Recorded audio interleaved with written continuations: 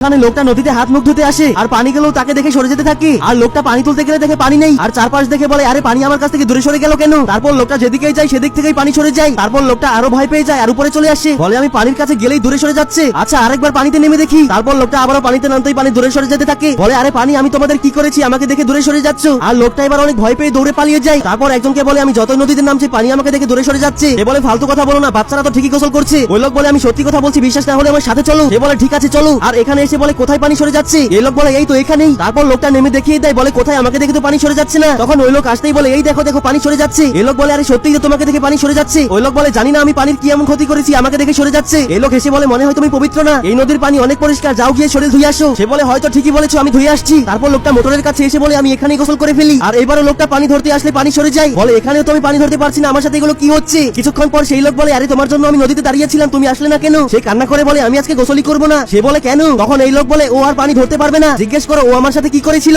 এই লোক বলে আরে কি করেছো তুমি ওর সাথে। তখন সে বলে ওই ছেলেটা একদিন আমার বালতি থেকে পানি খাচ্ছিল, তখন আমি ওর কাছ থেকে পানি নিয়ে ওর মুখে মেরেছি, তখন সে অভিশাপ দিয়েছে যে তুমি আমাকে সামান্য পানি খেতে দিলে না, একদিন এই পানি তোমাকে দেখে সরে যাবে, ধরতে পারবে না। এই লোক বলে সামান্য পানি খেতে দিলে তোমার এমন কি হতো, ভালোই হয়েছে অভিশাপ দিয়েছে, এখন বোঝো ঠেলা।